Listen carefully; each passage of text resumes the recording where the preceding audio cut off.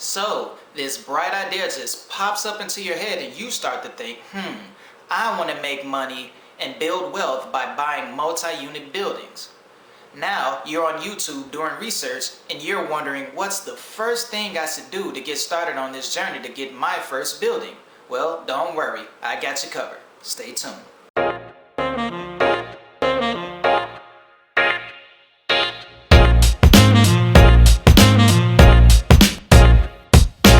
What's going on, guys? This is Rob Bailey with American Realty Network, your realtor for the Chicagoland area. And in today's video, I'm just going to do a quick one covering the very first thing you should do when you start thinking about buying multi-unit property.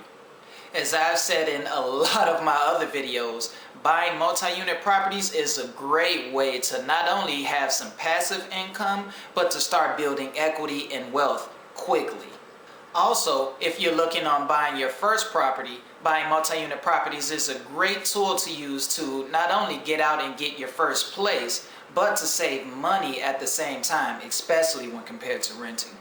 And before we get started, if you're looking for more real estate content like this, please feel free to like and subscribe and let me know in the comments below what other real estate topics you want me to cover. So without further ado, let's get into the very first thing you should do when thinking about buying multi-unit property, and that is save up your money.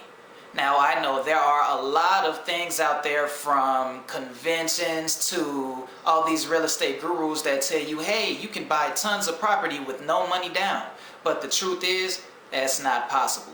You're going to need somebody's money in order to buy real estate. So it's either going to be your own money or somebody you know's money, but you're going to need some cash on hand in order to get started investing in real estate. You can't invest in real estate if you don't have any money to invest in the first place. Now, I have a goal for you guys to think about if you really want to get started investing in real estate. So in order to get a good multi-unit property or multi-family property in Chicago, they're going to cost at least $200,000, and that's for a good move-in ready 2-unit property. So in order to get that, I'm going to suggest that you save at least $10,000 up. Yes, $10,000. Why do I suggest $10,000? Think of it this way. If you're going to buy a $200,000 2-unit building, if you're planning on getting a loan, the minimum amount they're going to require you to put down is 3.5%. And 3.5% of $200,000 is $7,000. So that leaves you with $3,000 left over to take care of anything else that might pop up. And in real estate, $3,000 can disappear pretty quickly. The next reason I suggest saving up so much money is that it'll make the deal or the process of buying real estate a lot easier down the road.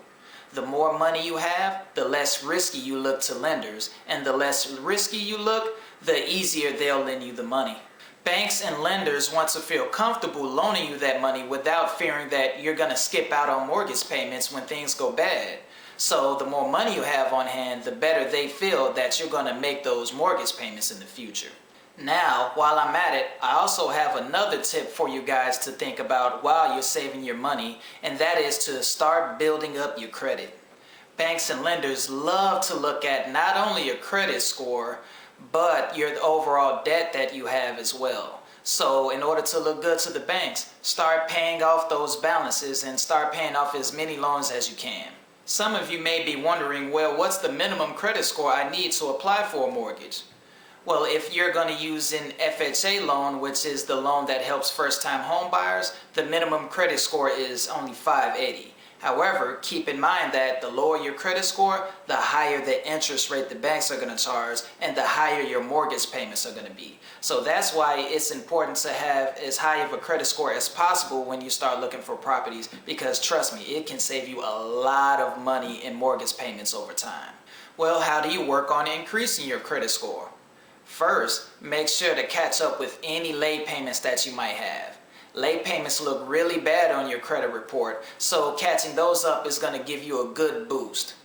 Once you have all your late payments caught up, now it's time to work on paying down all of the balances that you have as far as your credit cards or any other loans, because that's going to look real good to any banks and lenders. And here's a secret tip that you should keep in mind. While you should pay down all the balances of your credit cards, don't cancel any of them. For whatever reason, whenever someone cancels a credit card, it actually hurts your credit score instead of helping it. So you should work on paying down the balances, but make sure you keep the credit cards and don't cancel or delete any of them. Alright guys, those are the first steps you should take when you start to think about buying multi-unit property. If you have any questions or comments for me, please feel free to comment below or reach out to me on my website, BaileyAcresProperties.com. Also, if you're looking to buy or sell real estate in the Chicagoland area, please feel free to contact me and let me know how I can help you. Thanks a lot, guys. Have a great day.